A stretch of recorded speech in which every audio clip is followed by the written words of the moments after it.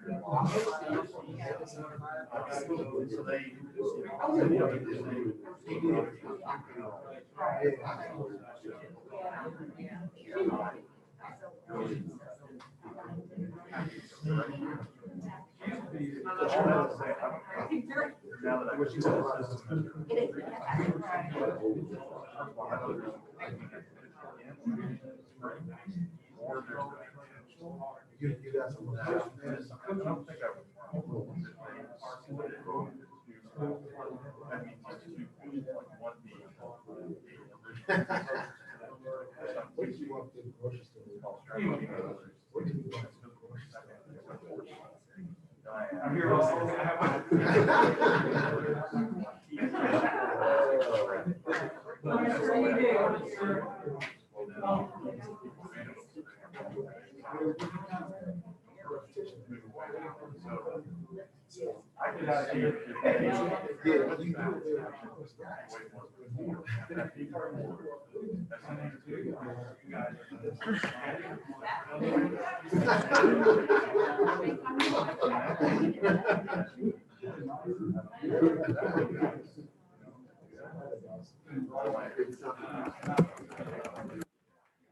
You pull your Zoom real quick?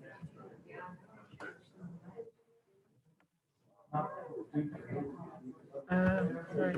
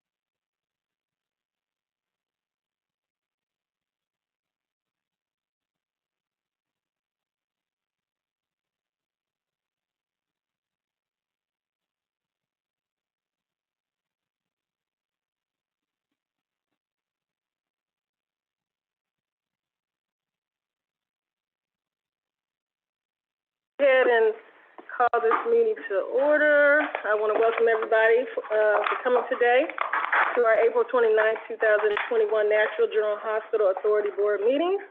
Thank you all for joining us. Make sure you mute your phones, myself included, just in case my kids call. And we'll go ahead and get started and call the meeting to order. Before we move on, is there anyone who has a conflict of interest they need to disclose for this board meeting?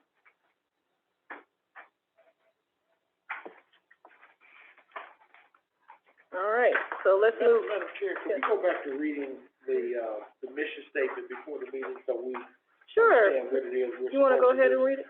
Go ahead. To improve the health and wellness of Nashville by providing equitable access to coordinated patient-centered care, supporting tomorrow's caregivers, and translating science into clinical practice. Thank you. Okay, so our next order of business would be to approve the hospital authority minutes from the March 25th, 2021 meeting. Are there any corrections or additions to the minutes of the March 25th meeting? Okay, Move approval. all right. Second. Hey, y'all trying to get out of here today, huh? All right. Any further discussions? No? Okay. So, hearing no discussions, all ayes. Aye. Any nays or abstains? Hearing no nays or abstentions, the motion carries. We'll move on to old business. Is there any old business? No? All right.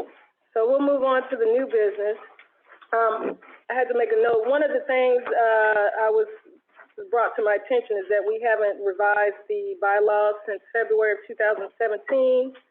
And so periodically, the board should revise those bylaws, and I think it's time to do a review on that. So I'm going to appoint a committee for that review, and I will let you know who that committee is right now. Drum roll, please. All right, so Manson. Good. Brown, one of our new board members. Robertson, our other new board member. And Ranga. So Derek Smith, he is going to help with that revision. So you'll have plenty of time to meet and get that together, and then once it's ready, present it to the board. Okay? Who was the chair of that committee, Madam Chair? Oh, you know what? That's a great idea. I didn't think about that. So for the chair of that committee, let's use you, Manson. Walk right in. Well, I thought you did a great job the last time, so we'll go ahead and let you be the chair. So we'll go on and move to the quality report, and I will hand the floor to Phyllis.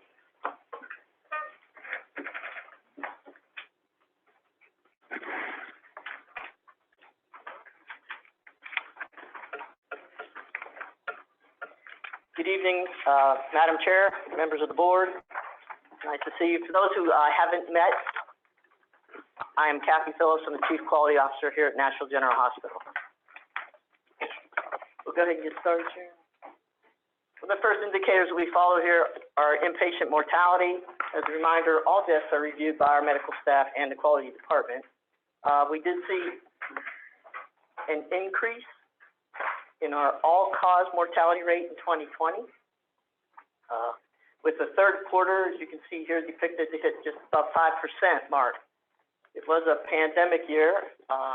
Some of you are probably wondering if there's a correlation with COVID. The graph down to your right, and in your handouts, will explain that. Those bars show in total the mortality rate. The blue part being the non-COVID mortality, and then the orange, and I apologize, you should be in color, yeah, the COVID piece. Those were, the orange piece would be where the admitted diagnosis, the primary diagnosis was COVID. Now that doesn't go to say that the blue is not without COVID, okay?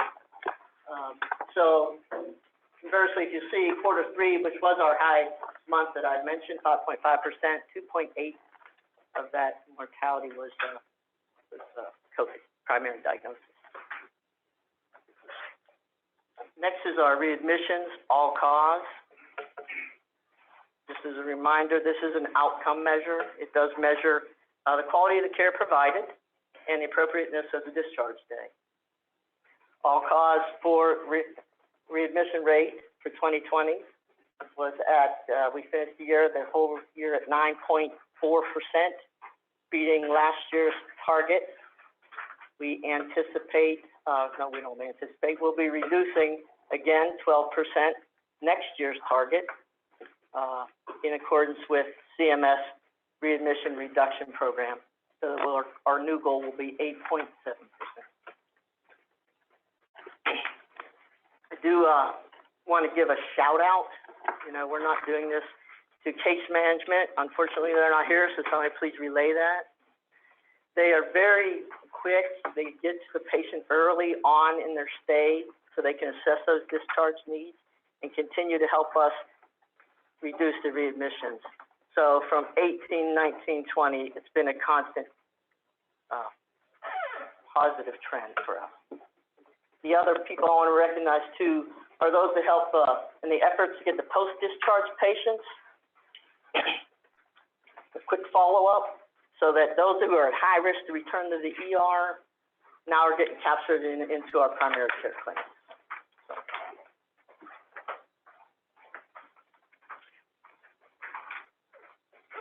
Hospital-associated condition reduction program. That's a lot for me to say, so if you don't mind, I'm going to say HAB reduction program from here on out.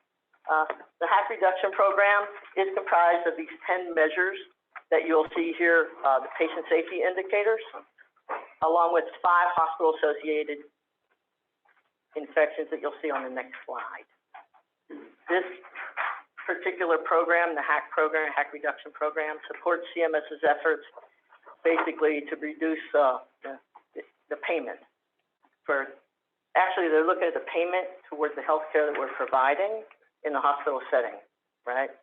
So those hospitals that rank in the lowest quartile stand to be penalized with 1% reduction in their payment. So the good news is we didn't lose any money last year.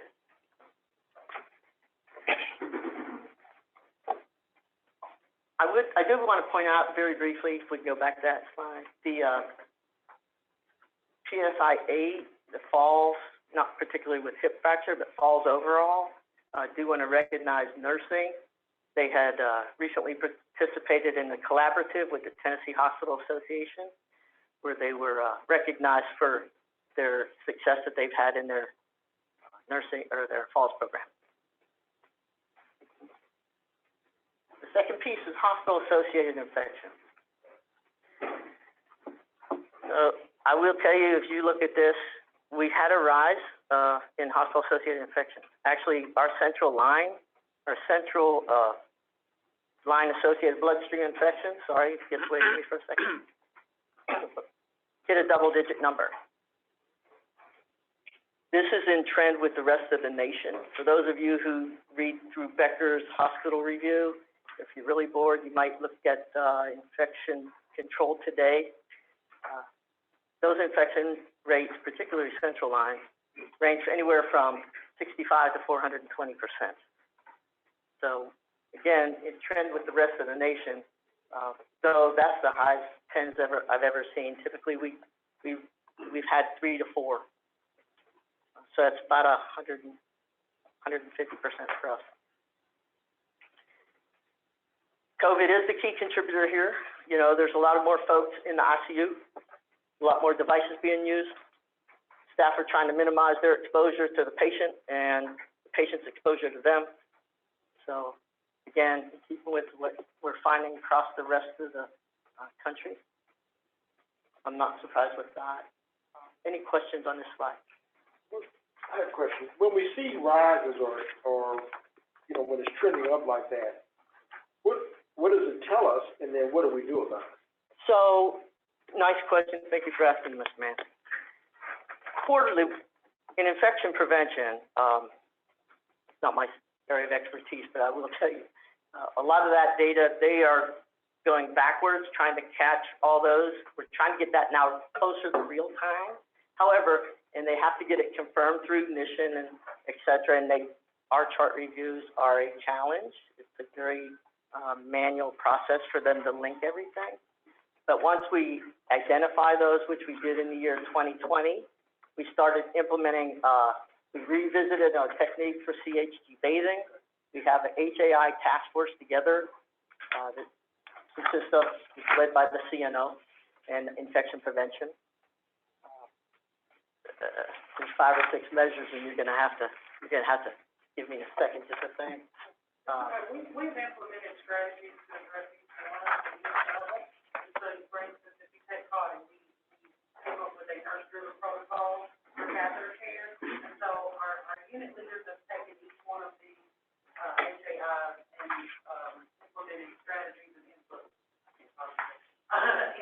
interventions to address each one. And as you see in quarter 4, we started back at 5. And so we're hoping to see that trend, or we plan to see that trend moving forward. And then the task force is meeting bi-weekly, for these real-time reports to go over those, and also assess where we are, because this is lag data. So as we stand year to date for this year, right now, we have 1 confirmed central line infection, and this is April. Yes, So I would say that those measures that we're putting in place are being effective. I just think it's something we need to monitor, especially when we see a trend in that way. Oh, yeah. Because that's the most I've seen since Yes. I've been here. Same here. We have really good control over this infectious disease. And I don't know whether because it was COVID, because of COVID, we kind of pay more attention to COVID than the other, the other things. If you don't mind, I'll fix this. So for the class inclusion, that came out of our ICU with the PPE and things like that. We were asking nurses to bundle care. And so you're right, when you're bundling care, I don't think that was the immediate focus. And so once we saw that rise, we implemented those strategies to make it. I have a question as well. On the mortality, do you have benchmarks that you're looking at, and are you able to risk adjust your mortality? We are not able to risk adjust our mortality. I wish we could, and if you want to help us in that arena for a software, and we'll take it. And the beginning of your question? Benchmark. For all cause, I don't, at this time, I don't have it listed. I usually do. I must not be on that. But typically, we've been running our mortality, I want to say between 3 and 4%. Target that you're looking at, is there, Not currently. that would be something? I can, Yeah, right, yeah. so we know what we're trying to. Against what? Any other questions? If not, we're going to move on to our throughput measure, which is the emergency department length of stay. If you recall, Dr. Bullock and her team were had a lot of success just from emergency department arrival to admission, or correction, discharge. And that's where you see the flatter line going all the way up until 2020. At the end of 2019, we chose to go ahead and expand that and focus on arrival in the emergency room to inpatient bed. Well, you start to see, of course, then the climb in May for waiting in the ER for inpatient beds. Again, you start to get backed up in your ICU, it is packed with COVID patients. There's nowhere else to wait, so the wait does get extended.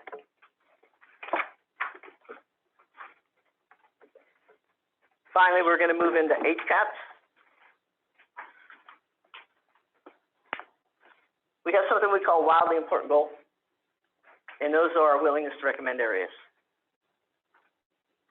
Inpatient, emergency department, and in the clinics, which is really a recommended provider's office.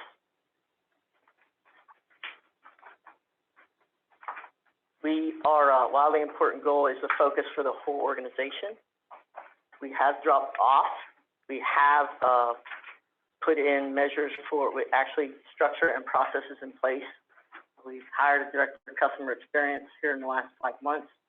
We started a voice of the customer task force. We're now going to be analyzing the data, not just from our HCAPs, but from everywhere that we get feedback from the customer, social media, town halls, et cetera. And then work with the department heads and ELT on action plans that will be reported back to that group.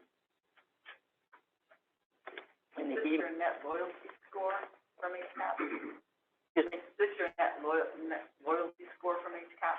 So, In the emergency department, again, below the target, I know that the focus for not just the nursing staff, but the physician staff, their wildly important goal is focused at raising this score.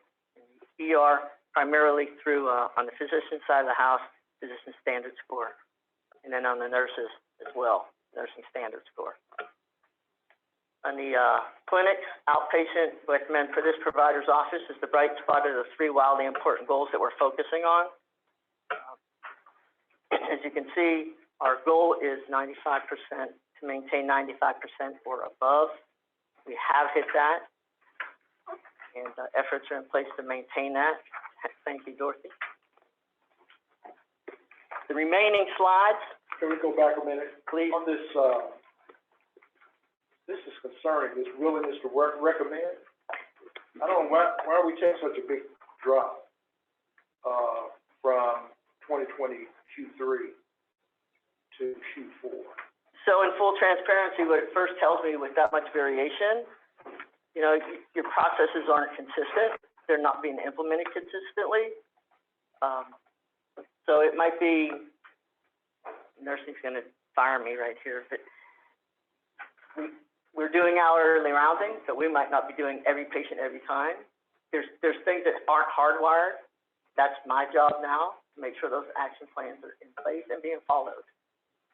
To speak to it specifically, I really can't, Mr. Manson. Do we know how many surveys were sent out per quarter? Like, I know for my law firm, we look at Google reviews, and the less you have, the more damaging a 1-star review will be. So I'm wondering if our sample size is changing in any way that would allow this one, I don't know, a handful of reviews to be more dramatic. Right. 2 things here. Well, you are correct. We've had a drop off on some of the survey volume. The other portion is people don't want to answer. I think that's because they don't recognize the phone number.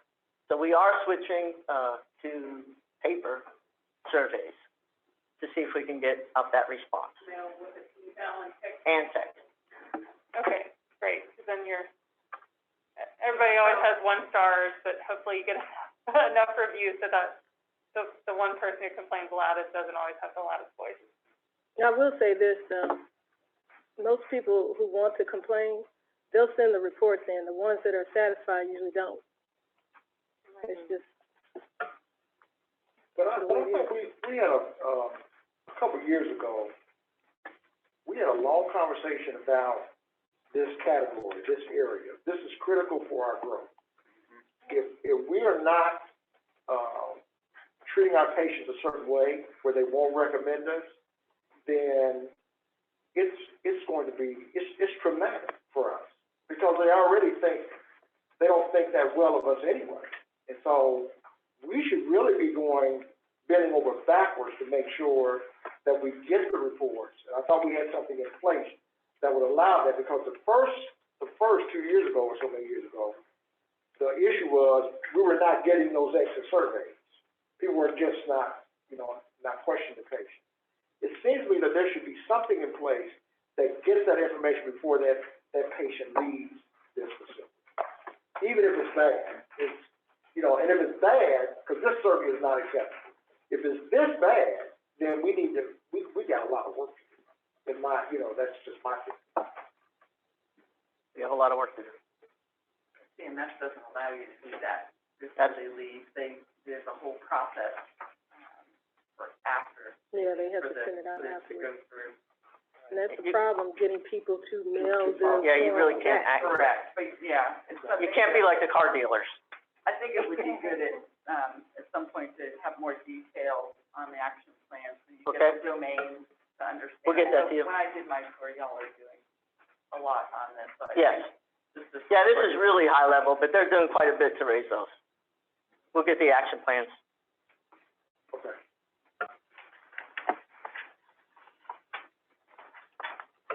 This is a 3-year, stretch for how we compare in the region. Again, this is rating the hospital. This shows you calendar year 2018-19 through 2020, which 2020 being our biggest dip. It wasn't our best year, but I will tell you, I've been to the floors, I've been watching them, those action plans, we'll get them to you, you can see what they're doing. I would say we'll see a rebound in these scores from 2020.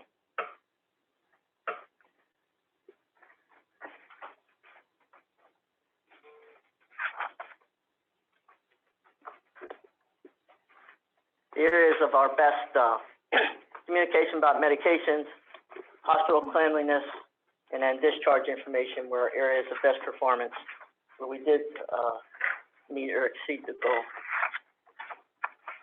or benchmark, I'm sorry.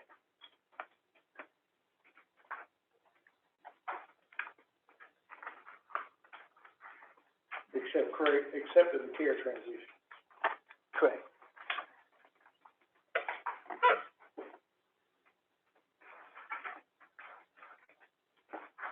Any other questions about those?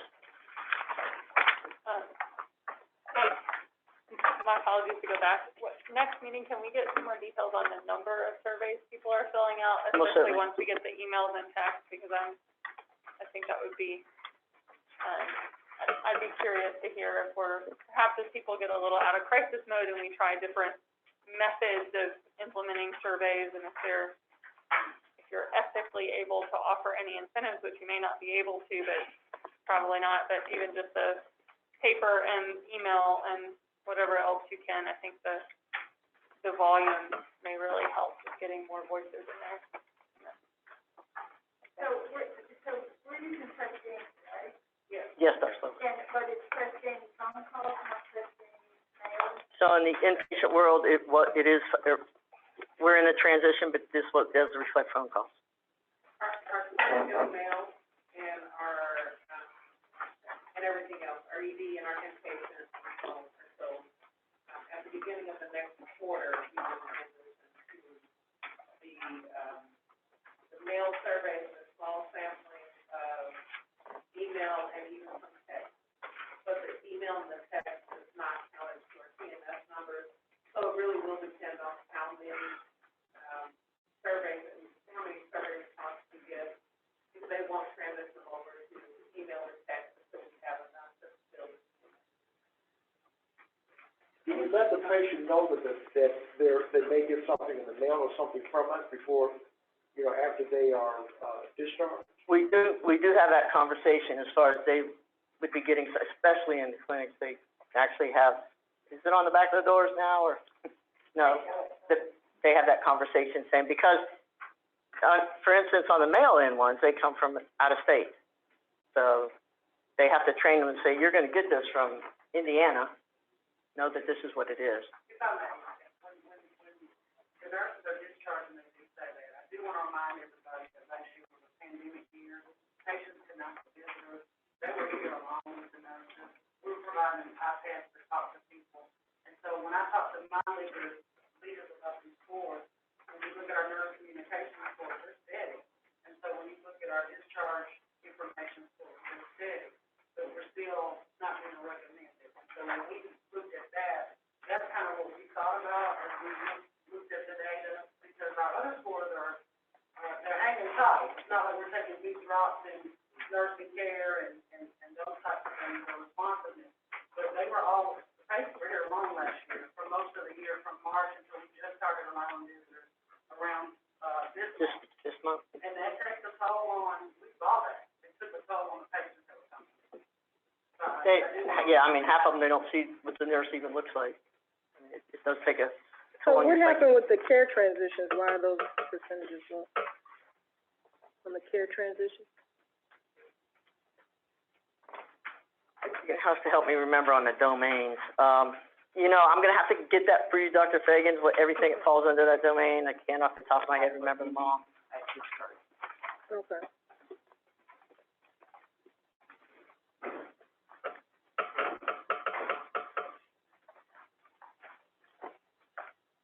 The only other thing that might be helpful is if you had the comments, you received the comments from Chris Gainey, Actually, we do, the voice of the customer group that I mentioned, started reviewing those. were there any themes in that? Were they more related to lack of visitors, or were there themes that you found? Were there themes in the voice of the customer that you heard? When I read the comments, I see things. I'm not on the voice No, of the the- customer. Themes. Did you Yeah. say themes? But what were the themes? Themes, THEMES. That's a, Christine, Charlene, you've been on the voice of the customer. Yeah. A trend of thoughts. Yeah, A trend of thoughts. Just general things, or was Was it the food? If I could, I'm gonna have Charlene, she's on the voice of the customer group, so she's one of the. One of the themes that we saw is the waiting time. That's the one thing that came up. And then the second thing that came up is patients weren't feeling listened to. So, we're kind of going back and looking at things like data, those things that really would focus people in on having that standard, greeting, so that really they feel like they've been listened to.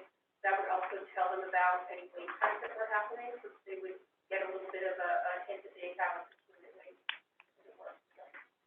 One of the challenges that we have, and we're gonna continue to have, is the volume of patients that we see and the rate of return. And even when I worked in a larger system, we struggled with getting adequate numbers, to build a really statistically significant, number of percentages that we're getting. So we're gonna continue to struggle with getting a number. So any negative hit is going to carry a lot of weight. When if you get one good and one positive, or one bad and one positive, you already suffer. So we're going to continue to struggle with that.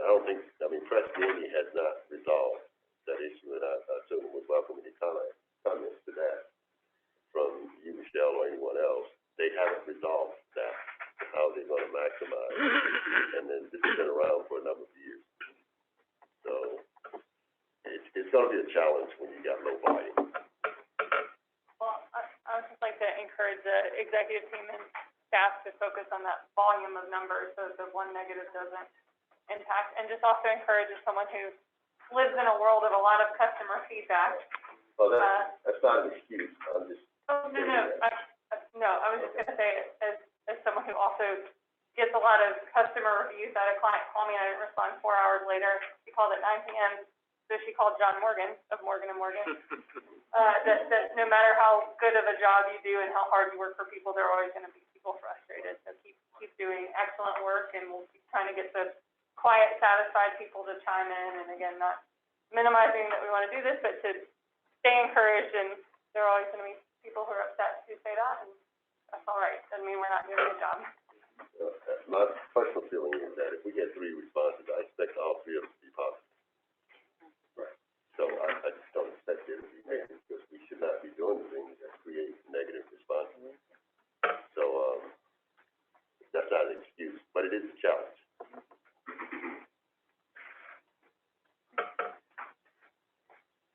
That would conclude the report. Okay. Are there any further questions regarding the quality report? Do we get this report, what, quarterly or? Quarterly. How quarterly? Quarterly? Okay. All right, we'll be able to track it. We're gonna see all these great improvements in the next report.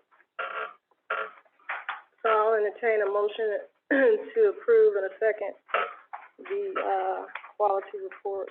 Motion to approve. Any further discussion? Hearing no discussions, all ayes.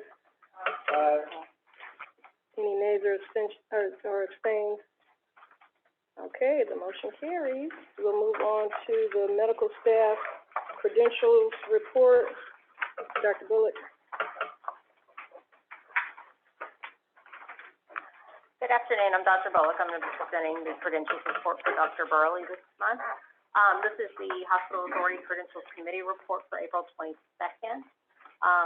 Few new provisionals, Dr. Kevin Liu, Dr. Joshua Stein, both from Emergency Medicine, Rosalind Porter, MD from OBGYN, and Teresa Khan, SNP, Department of Internal Medicine. Provisional to active status, we've had Dr. Benjamin Brooks, Dr. Laura Busey, Dr. Jason Hughes, and Dr. John Pavlis, and Kingsley Arasa Teta, all from the Department of Radiology. Yes. Speak up a little bit so people can't hear you. Can't hear me? Okay, sorry.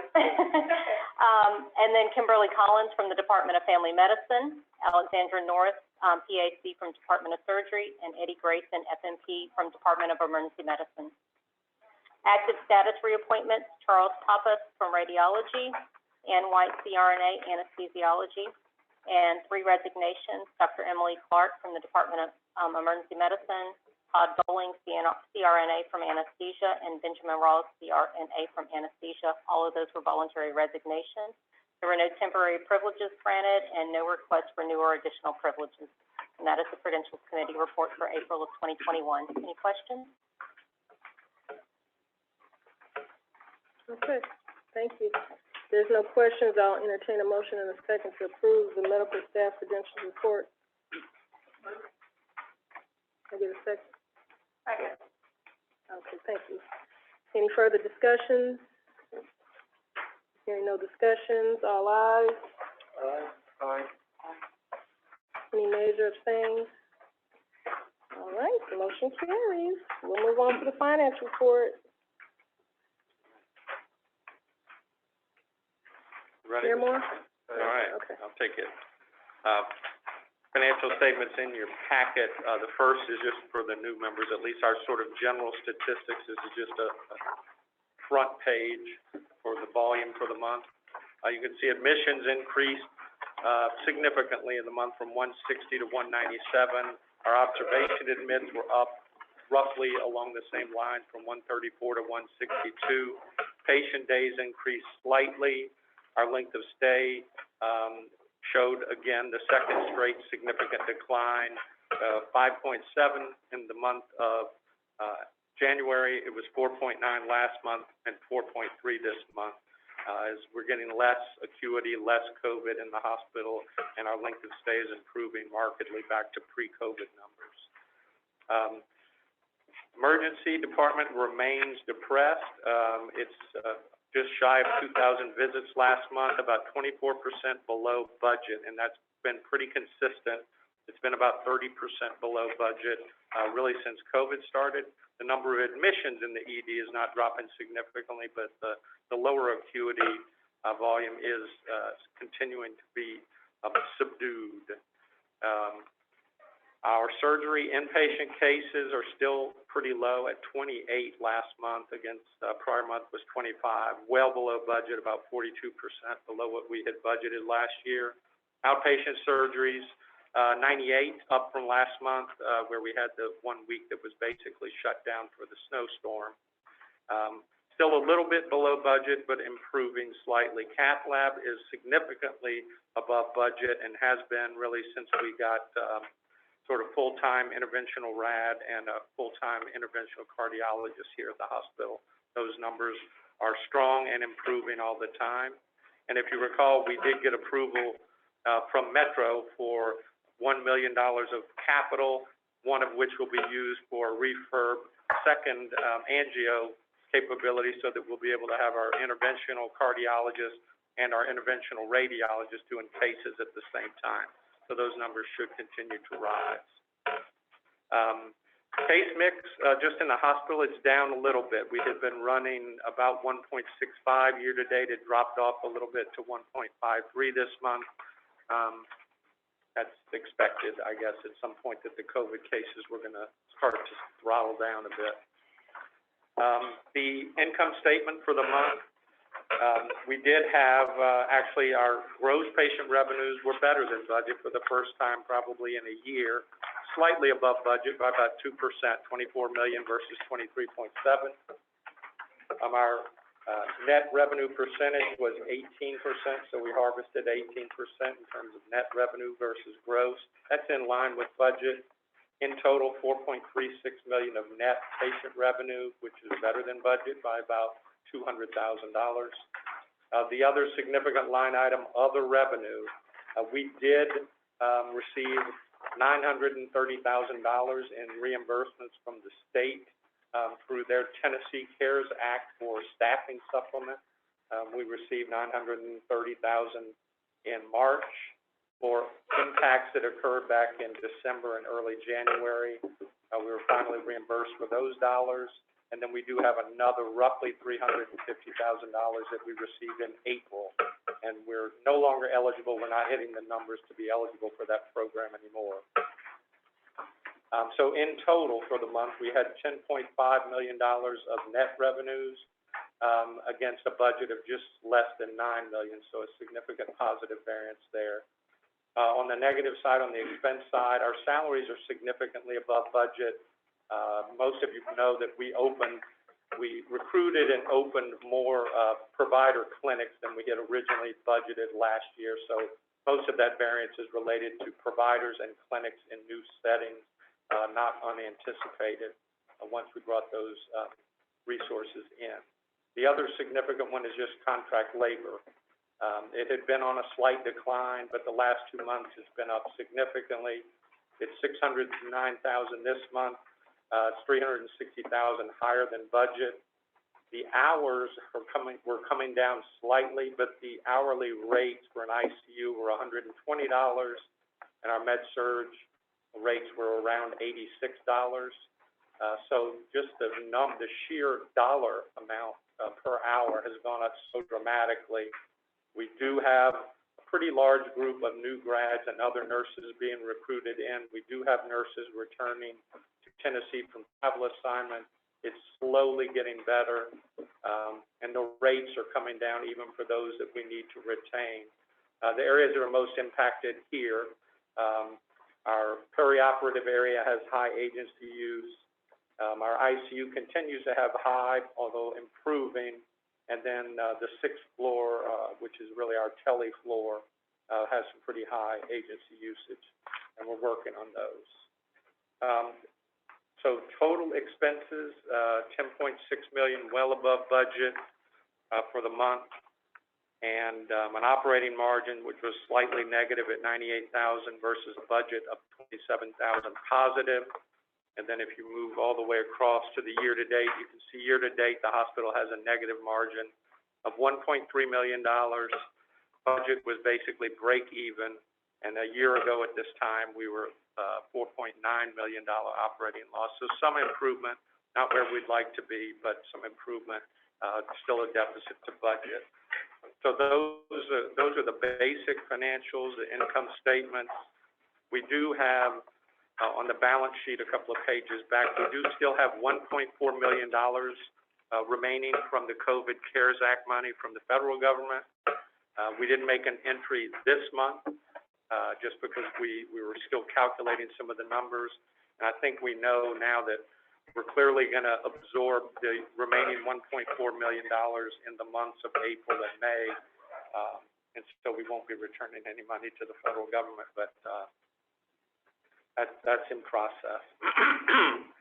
The other is just days in accounts payable, because that was I guess it was some sort of a news story a while back when the hospital was a little bit tight in terms of cash availability. We have brought that number back down.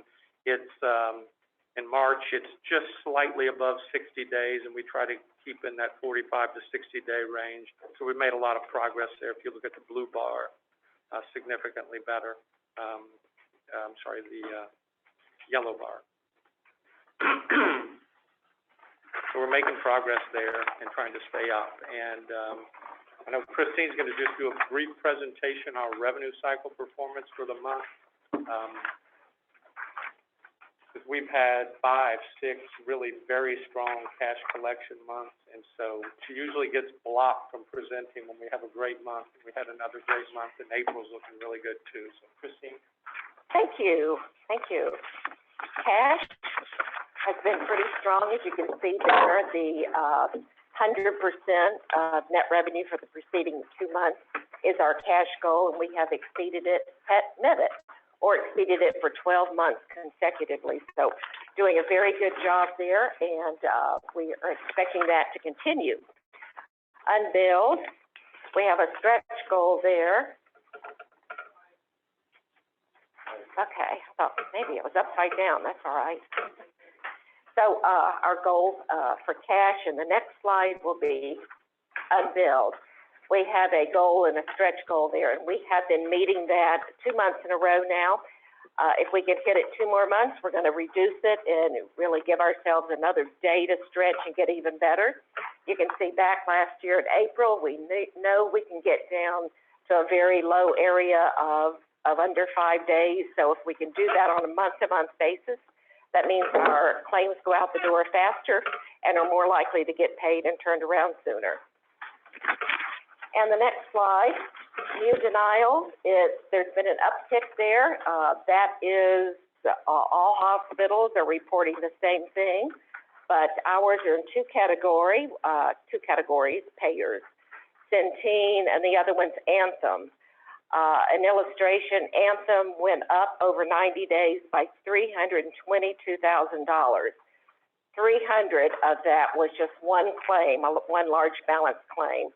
So when you saw the cash that was up and down over the last few months, you would think maybe that has to do with the number of billable days in the month, but it has been related to high dollar claims. That's the case we see with new denials too. If we get just one new denial that's a $200 or $300 denial, that has a major impact on that trending. And the next one is accounts receivable over 90 days. We have inched up some there, but we are working with all the different payers. There are no trends that stand out as being unique. We're working with Anthem one-on-one, being one of the payers that we're having most of our troubles with. Typically, historically, you hear me talk about United Healthcare. They've been on their good behavior list for a couple of months now, so they're taking turns. And the next one, this is our physician professional billing. Our cash was really good last month, and it should have been because you can see the prior 2 months it was low, so there was some pickup there.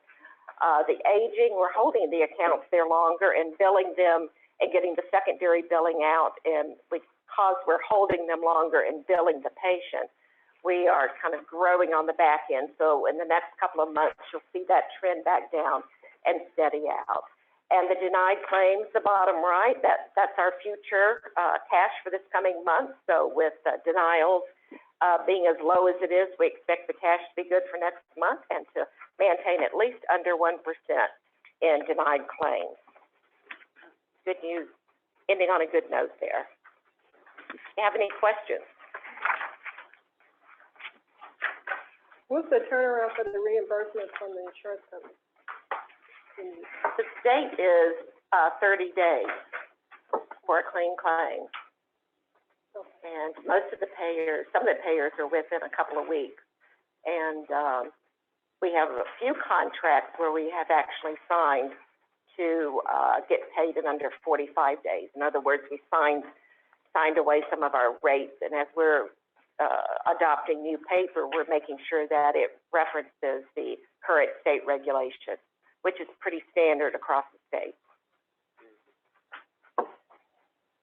Okay, thank you. Is that it?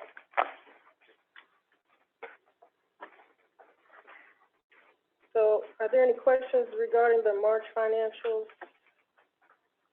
Move approval. Second. Can I get a second? Second. Any further discussions? Hearing no discussion, is all ayes. Aye. Any nays or abstains? The motion carries. Okay, we'll move on to the CEO contract. Mr. Manson? Madam Chair, this is a follow-up to our last meeting where some of the members of the board had requested the information that was used to make the determination as to what our recommendations were that information was not only provided in the meeting, but it was provided, to each member of the board for their review. The recommendations that we made last, are the same recommendations. I did not hear anyone, after they reviewed that information, that came back and said, that they were in opposition to it, and I guess this would be the time, for them to state their opposition, or their, I won't say state opposition. This would be the time for additional discussion based on the material that, that we submitted, if there is any additional discussion. Can you recap that, just those suggestions? Yeah, if you look on page 50 of this document,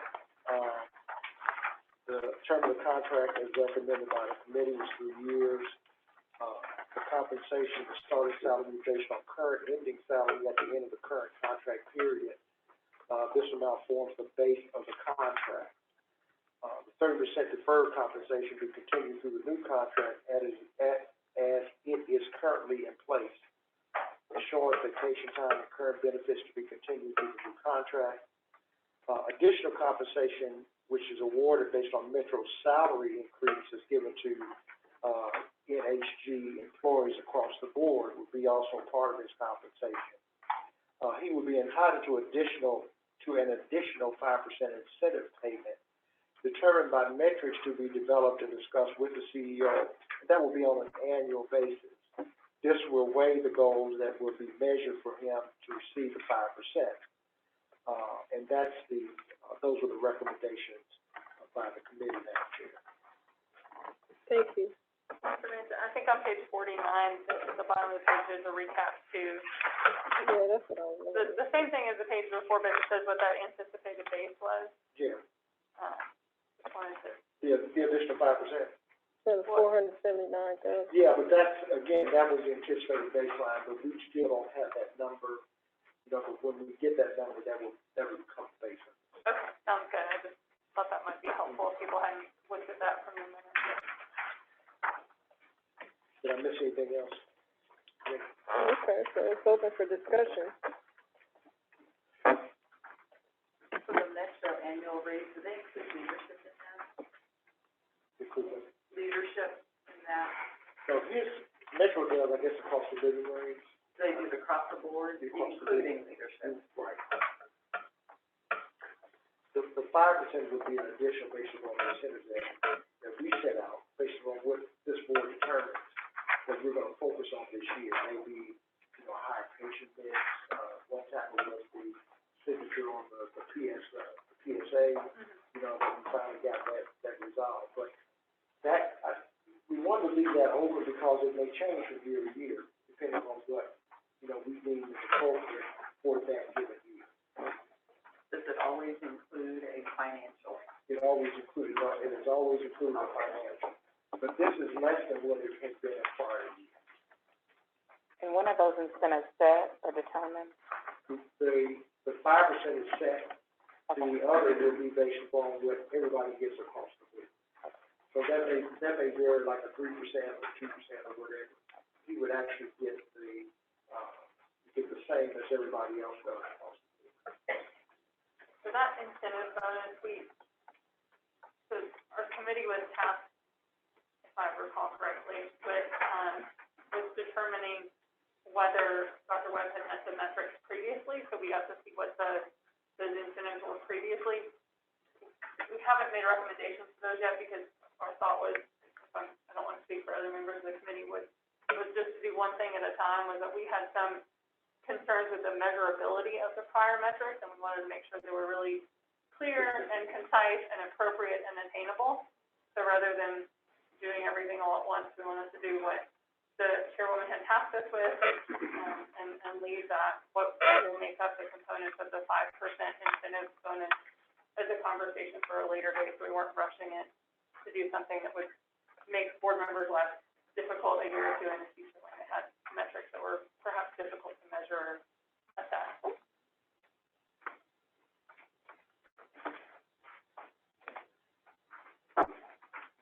Any further discussion, questions, comments? All right, so I'll entertain a motion and a second to approve. I move that we, accept the, report of the compensation, the ad hoc committee with its recommendation. That is my motion. Second. All right, no further discussions, all ayes, Aye. any nays or abstains? Okay, the motion carries. So now we will move on to the contract, there's two that's gonna be discussed. Grove, Yes, we have two contracts that are up for discussion. They should be in your packet. They're both for community health marketing. One is for government relations services, and the other is for community relations and stakeholder services. They were presented to the Finance Committee at last month's Finance Committee, and the recommendation was that it be moved to the full board for consideration. I can answer any questions you might have. As chair of the finance committee, and we typically handle all contracts, I want to give just a little bit of perception and kind of put these two in terms of how we got here, specifically because this is not normal. Normally, we would handle all of those contracts, especially ones that are this small in our finance committee. So I may give a little bit more history than I probably need to, but particularly for the newer board members, I wanted to make sure they have full perspective of this as we get ready to take this particular vote on these contracts. And I've been on the board now for 5 years, so I've seen kind of all of the movement. The first thing I want to identify is that there was some negative press associated with the hospital attempting to do these two contracts. And as a member of the board and finance committee, I believe that media outlet absolutely got it wrong, and I believe that it was sensational. And as Mr. Naramore stated, to tie that into to bills unpaid was a bit of a stretch, but nevertheless, that was the report that was given. The bigger component of this that I have is that this particular company was to contract with us several years ago, and the previous chair, not Joe, but before Joe, convened an emergency executive strategy. So normally when we get in those, it's pretty, we got to dig in and kind of hear some really important information. We get into that meeting, and the chair says, "Oh no, there's a contract that we didn't know about," and it was this contract. It was similar work. Of course, me and some other members, we were waiting for the bombshell. Like, is this a contract to, repaint the entire hospital purple and gold, right? oh, no, you didn't. And that would have been a tragedy, right? Yes. Yeah. So as we dug into this, we realized that there was absolutely nothing wrong with the contract, and some of us thought that it was even based on some other things that this particular contract was lifted up. So, then, make a long story short, the contract was approved at that time, did some great work. I know some of you know that it was recommended by a former mayor that this hospital go to just ambulatory care. There were some persons who had to galvanize our stakeholders, had to beat the bushes. That didn't just happen. You gotta have people out there who push and make sure that they are responsible for sharing your message. I'm into public administration. That's my training. So I know organizations and what it takes, both in public and private entities. You have to have that as a component. Every entity has to have that. So, we decided at that time to go with Red Pepper. And we paid them 4 times as much. And their contract was never discussed, never came up, right? And those are non-minority. There was a non-minority vendor, which made me wonder about the amount of minority vendors this hospital even work with. Do we have a target? Have we been intentional about being inclusive? You know, what's been our roadmap for that? Got me thinking about that. So I have approved on the finance committee 56 contracts. Not one of them other than the PSA has come before this committee. This is the first time this has happened. This is a minority vendor, and I understood the questions that were asked in the finance committee, and I appreciate particularly Alex wanting clarification. She really dug into making sure that these were good. But this hospital has already experienced results from working with this minority vendor. The experts we have hired have recommended their services.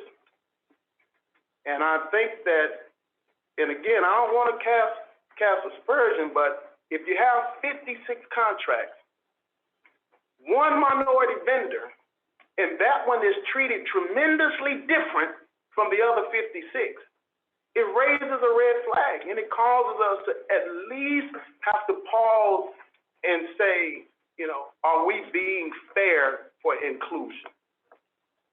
So we can discuss the merits of it, but I would not have felt comfortable to not lift up the history associated with that, some of which, Ms. Fisher, you weren't on the board, you were not familiar with.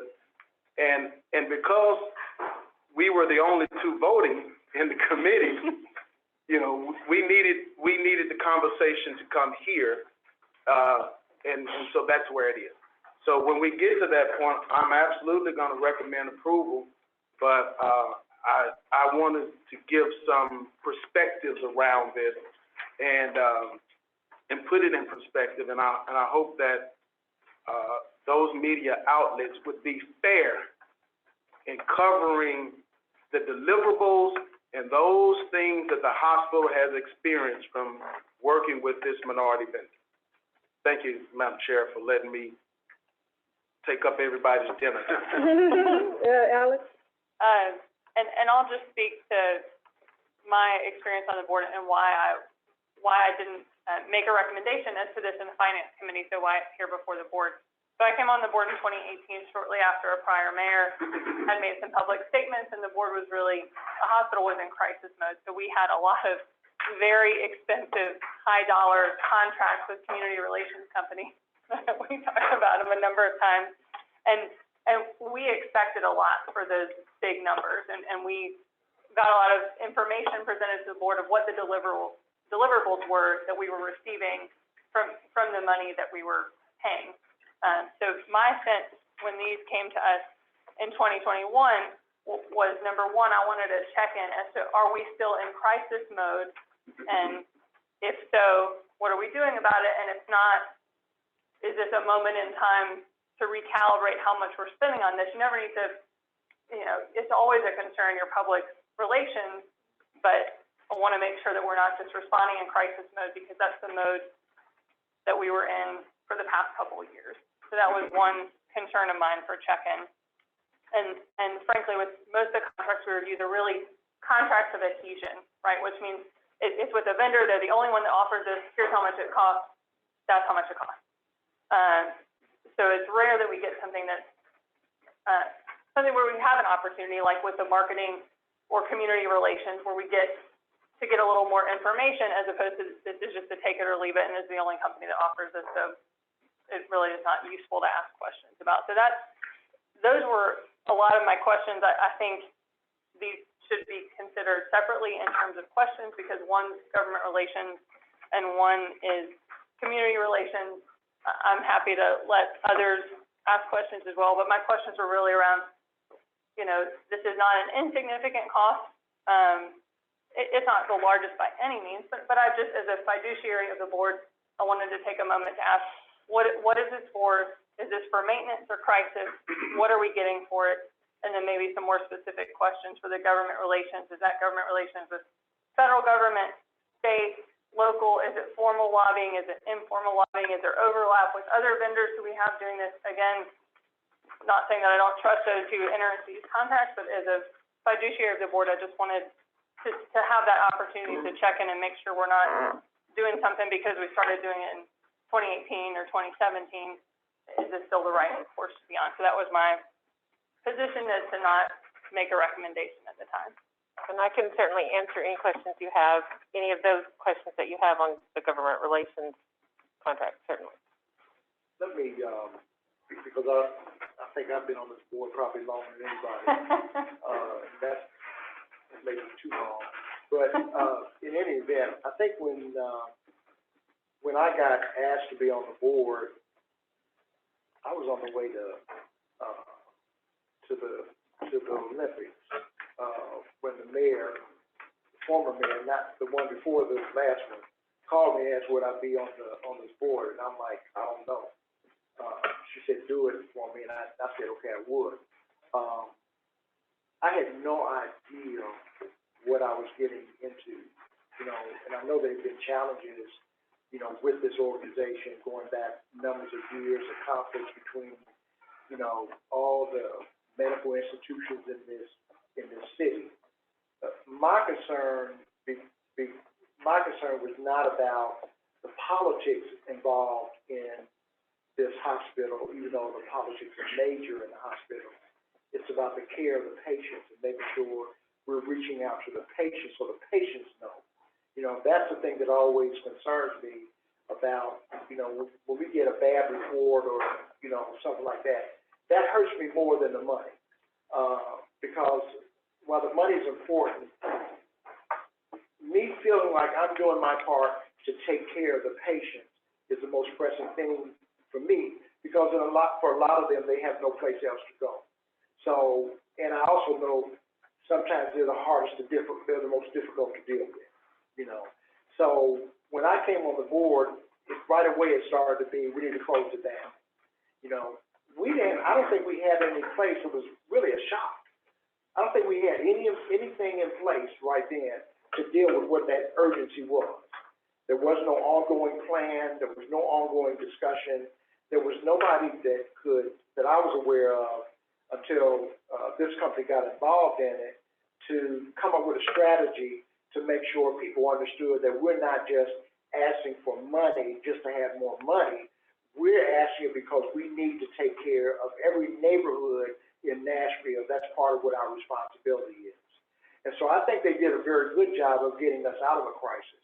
What I don't want to happen again is that we don't have things in place that we get back into a crisis and to have to do a knee-jerk reaction, bring somebody back in to say, this is what we're doing. We're still doing a good job. So I support both the contracts, because I know what can happen if we don't have things in place.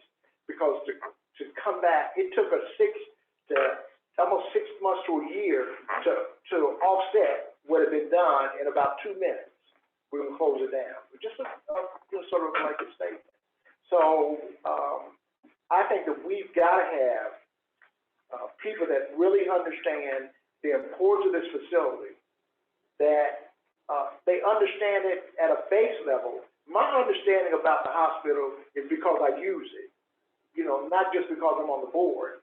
My doctor is here, my tests are done here, everything is done here because I want to know what that experience is like, because my experience should be any different than anybody else's experience here. I don't come in here as a board member. In fact, I don't even dress up when I come in. I come in just as a regular patient. I sit down in the lobby just like everybody else. They don't usher me through. I go through that long line and they ask me all those same questions. I'm like, why you ask me to just look it up? I'm just as irate as everybody else is in here, but I'm tired of waiting. But that's so I get a real understanding about what happens here. Not from sitting on the 11th floor, but down on the ground. So I really understand what you're saying. We don't want to always react like we're in a crisis, but I don't want us to get back in a crisis. And I think that this is sort of preventive from us getting back in a crisis. I know we got a big budget request that's coming in. I know that's always a challenge. I'm very hopeful that we're gonna be successful in, you know, in doing that. But we need somebody that can really advocate that and work with blocks of people, you know, segments of that council, because that council is somewhat polarized. But we can work with certain segments of it that really understand what it is that we're trying to do, you know, in this facility. I feel very, I'm very compassionate about this place because, you know, when I grew up, we didn't have a hospital we could go to. You know, didn't have a dentist I could go to. You know, and I grew up in the north, you know, Dayton, Ohio, but it was still really, really difficult. And it just makes my heart feel good to see all those people walk in here and they get good care, you know, and we save their lives, or we get them through, you know, their food challenges, or through their heart trouble, or through, you know, the cancer that they're struggling with, you know, and that's the passion that I have for this facility. And I know sometimes I'm loud and boisterous and I talk crazy, you know, because they talk crazy, you know, and they need some craziness sometimes, you know, to make sure that they get what they're entitled to. You know, I listened to last night, you know, healthcare is that's something we should have. You know, it shouldn't be just for the privileged. It should be for everybody. And so you know, if I could just do my part, and that's what I consider this board, doing my part to make sure that little lady that, you know, that's been overlooked, that's very, very sick, that's running a blood pressure that's 190 plus, just doesn't know what to do, that there's a place for her to come to. You know, that's probably longer than I need to speak. I apologize. Well, I will say, you know, just having graduated from Meharry back in, and doing my residency here as a student, a medical student, and a resident in this hospital years ago, it did not have the positive publicity, that it was negative, you know. And so just to see how this hospital has grown over the years, and how with this company that has been doing the public relations and, you know, the government relations, how it has improved just being on the board, I definitely would say we need to approve this as well. I have 2 questions for the community relations contract and then 3 for government relations, and then I'm happy to turn it over to others. Is that okay to? Okay. You know, for the community relations one, do we know if, and again, this may not be applicable because it's certainly not apples to apples, but do you know if other metro entities have similar internal or external community relations roles, either with an external vendor or an internal person? Now, that one I am gonna defer to Terry for her to answer that one. Absolutely. Okay. It is Speak up. regular practice. My hands work.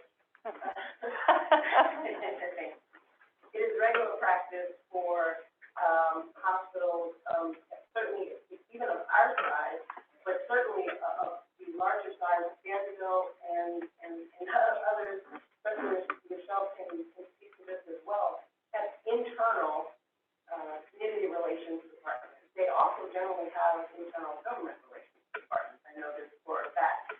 I was trying, I did my darndest, I didn't want to call you and ask you and have to put you on the spot for that. I was trying to do my research and find out the size of the marketing and community relations departments with, at the other, big 3 hospitals.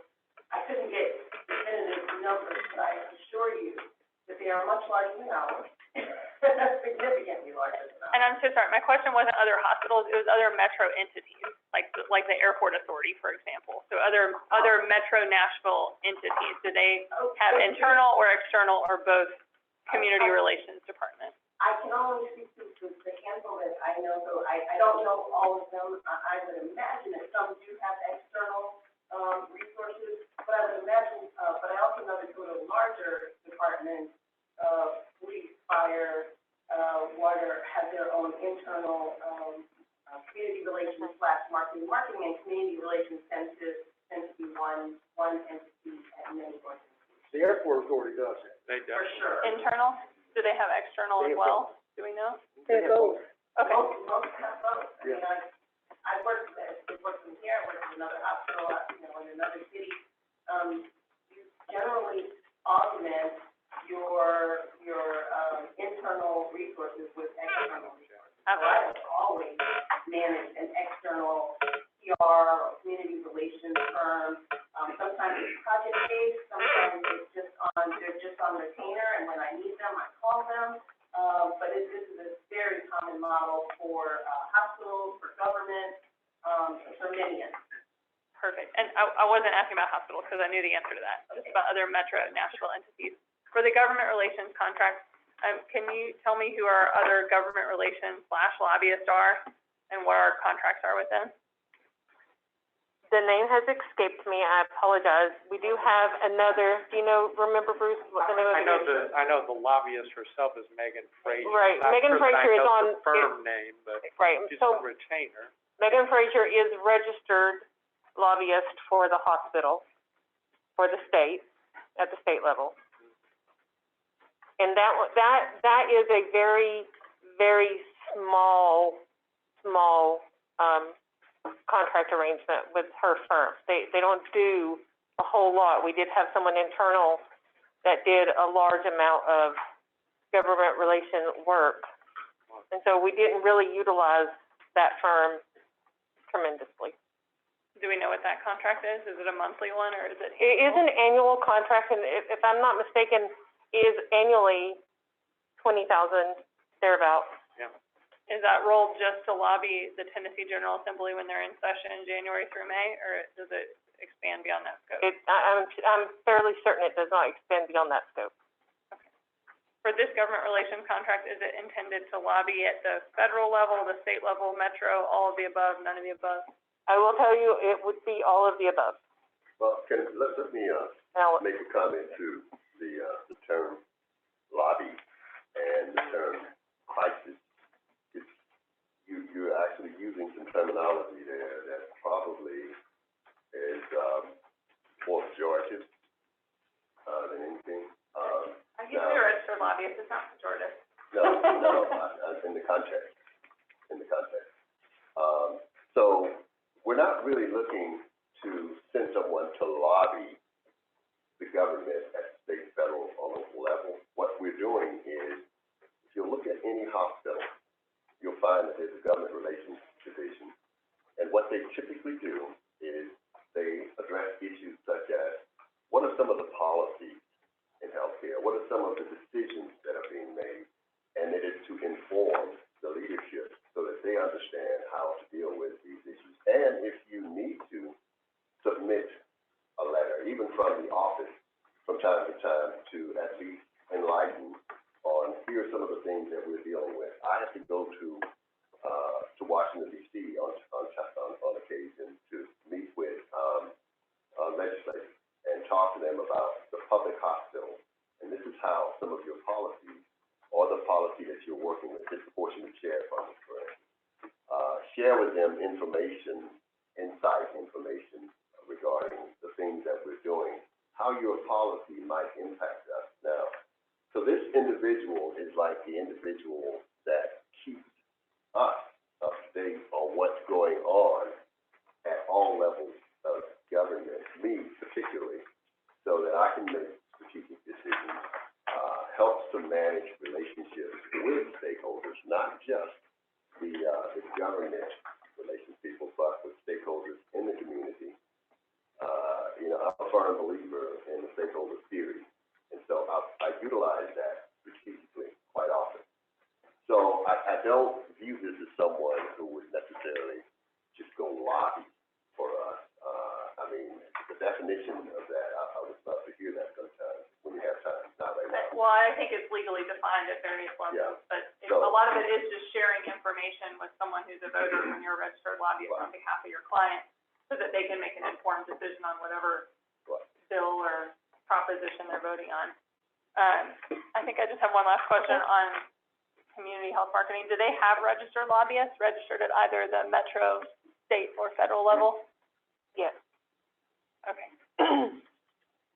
And if someone is lobbying for us, I imagine they're registered for whatever Absolutely. entity. Okay. I've built in assurances for the government relations, on all of the requirements for the metro and the state level, reporting requirements, registration requirements, ethical, requirements, we built those into this agreement. Okay, thank you. And Mark Overlock, was he a registered, well, he didn't have to be if he worked here maybe, but he performed some of these services previously, correct, before his retirement? Correct. So that's part of our need. Okay, those are my only questions I had. And just as another lawyer, registered lobbyist on this board, I just want to be clear, I worked at the Tennessee General Assembly as an attorney, drafting bills, staffing committees. I worked at the Nashville Area Chamber of Commerce, lobbying on behalf of businesses in the regions.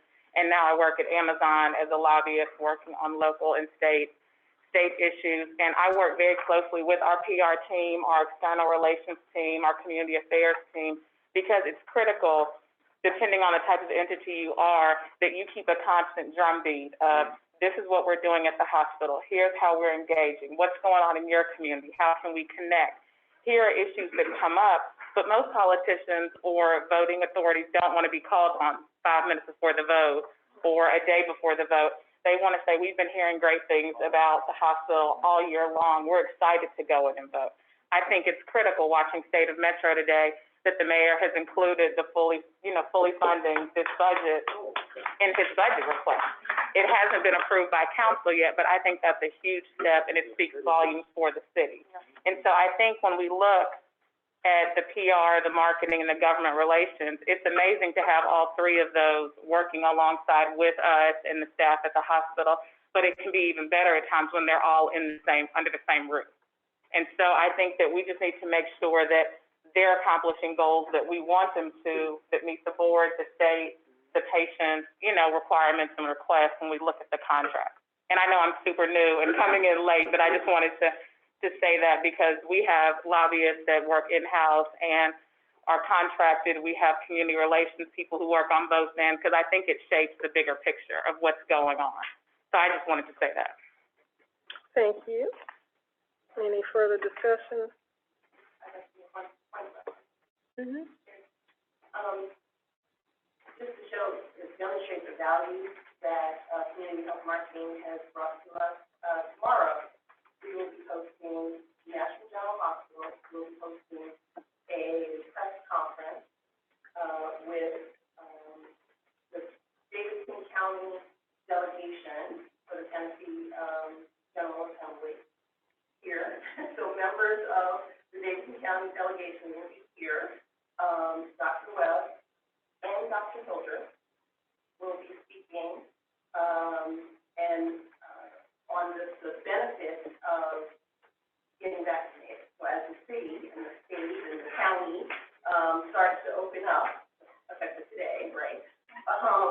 We all know the dire importance of vaccination. We know how it has disproportionately, COVID has disproportionately impacted people of color, but certainly the entire community should see the value of getting vaccinated. And we're holding this press conference to assure our neighbors to also believe that and take part in that. I could not have done that. I could not have pulled this press conference, this event together myself. So I needed the assistance of community health marketing, who made the connections with our elected officials, who are confirmed as of today to be here tomorrow. They're in session right now, they're coming tomorrow. Again, I could not have done that on my own.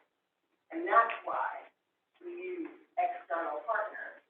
And then I think, hopefully you all can see the value in something as large and impactful as this event that we're going to put on tomorrow. And in fact, it reminds me, because I don't have the board's email, if you could forward the email to the board for the press conference. You certainly are invited to come. I was wondering where my invite was. Okay, thank you. Coming together. Okay, great. That's why I was sitting over here typing the whole time. Good, that's great news. Thanks. Any other discussions? I'd just make a comment that I think this work is vital, very much so, and if anyone on the board has a thought maybe that related to value, we could give suggestions for what we would like to see advocated for. We call it advocacy, if that may help us a lot.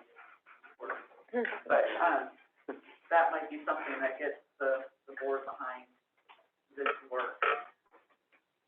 I think the only other thing I'd like to see, I feel like the loss of Mark is a big institutional loss, and that I know we can't, and it maybe doesn't financially make sense to try and find someone to replace him, but to make sure that we're being intentional with either hiring or training or transitioning someone who's taking over his role as what I've perceived as kind of the funnel of the institutional information of what's going on at the hospital to our community relations partners, so they are getting the information they need to do their job. I think that efficacy can be dissipated when you don't have the person you go to internally constantly communicating with the external agency. So that would be my only kind of encouragement as we figure out the new path forward with the legal and internal community relations team, as someone who will take all this knowledge that you guys share with us every month, and is that person who has it and can quickly convey that when they get the phone call from community health of,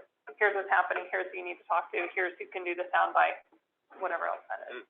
And just kind of add on to that, and if the contracts are approved, I think it would be appropriate for those individuals that are working with us to sort of interact with the board members about things that we see important and things that we want looked at in a very, very careful manner to make sure that we're providing a service and that our outreach is appropriate so that everybody knows this facility is here, it's available for those that aren't in a position to afford to go someplace else.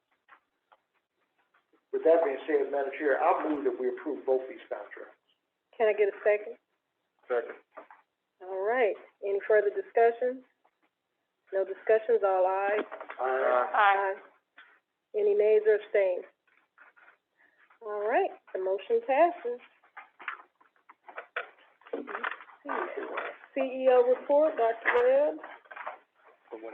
Mark is on the call. I know most of my stuff there already. I know we can't replace you.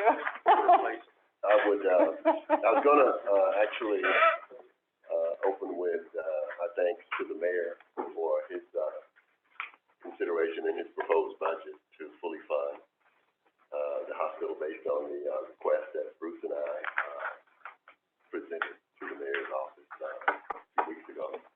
So it's a pleasant, very pleasant surprise to see that he, was supporting that. Now, it just has to go through the council process, but, maybe we need to lobby them a little bit. Advocate. Oh, advocate, yes. Seriously, we're very pleased, with the, mayor's gesture of putting this in the proposed budget. And as it was indicated, that is a 14% increase over the previous, year's, allocation for us. So, that is a very positive note for us. We talked about the PSA that was executed on the 25th of March. We're looking at a percentage now of COVID vaccinations that were done to our staff of 60% have either had one or both of the shots at this point, and we're continuing to work with that group to grow that number. We had a very good month for the clinic volume. There was 21% improvement over the monthly goal. 4,600 patients in our clinics were seen during the month. So that's a really good sign. The Charlotte Clinic made a very strong contribution to that. Talked about the equipment that we're getting with the funds, the little over $1 million that we received, angio equipment, the aortic balloon pump, cardiac cath, lab, and for the cardiac cath lab, and CT unit and fracture table for our orthopedic patients. So those are all good additions to our clinical environment.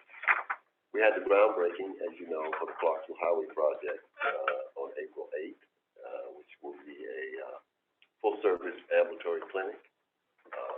We'll also have some imaging resources there, which is different than our Charlotte clinic. So that will be a strong addition to the community. We've been working with that community over the last year and a half to make sure that their needs were being met, that they were on board and supporting only healthcare service in that community, basically. So we could consider that a healthcare desert, and scheduled to open in February, 22. There are some, numbers in your report, that address the advances that have been made in some of the, financial controls for the hospital. I'm not gonna go through those, they are in your report. And, Christine alluded to a lot of those during her report as well. A major accomplishment, we, were given, status of, apprenticeship for our, Certified Nursing Assistance Program, EKG, echocardiogram, and radiologic technologist, in our Health Sciences Program with the Department of Labor, in partnership with TriStar, who will be a, hiring resource for those individuals as they matriculate through those programs.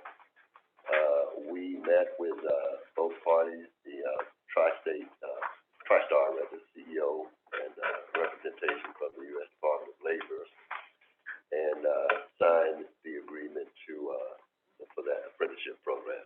So it's all part of workforce development, and it enhances, the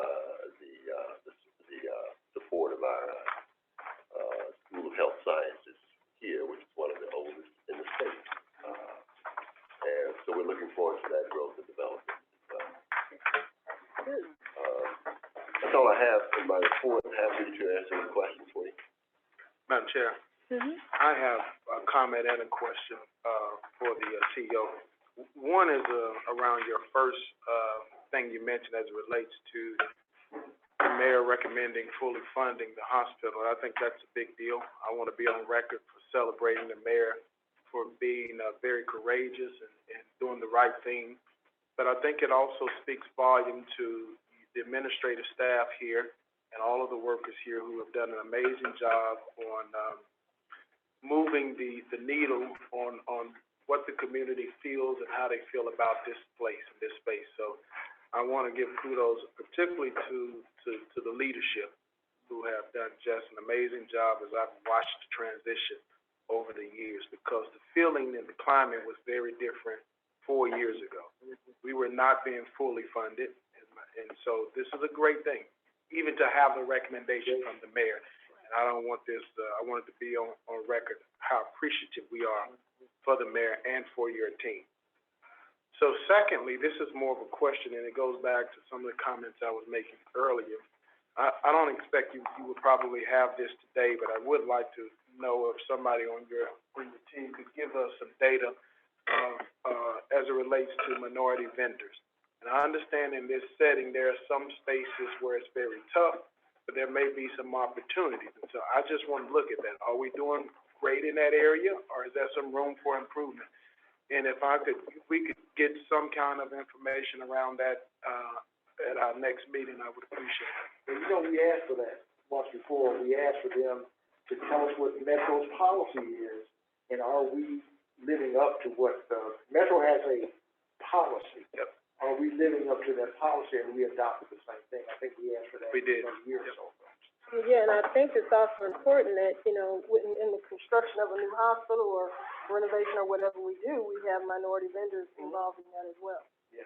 So this is something that, Is that a question for Metro Legal, for, not right now, but for next meeting, for us to make sure we know what Metro's policy is for, I can advise on that.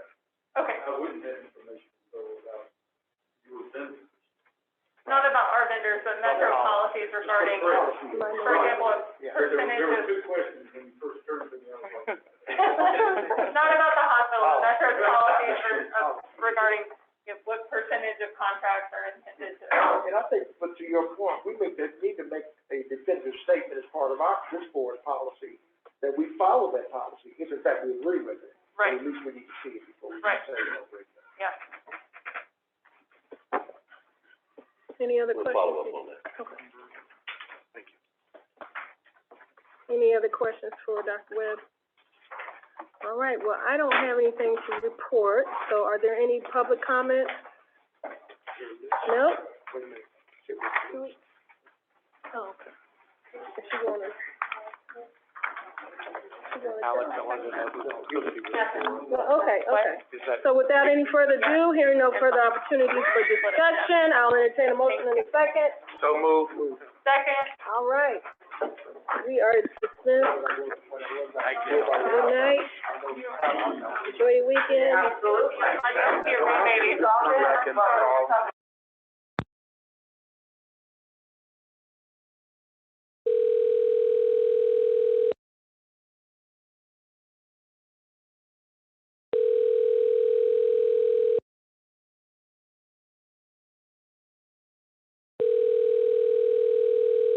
You have been forwarded to a voicemail system. However, the person at 2120 does not subscribe to this service. Your session cannot be continued at this time.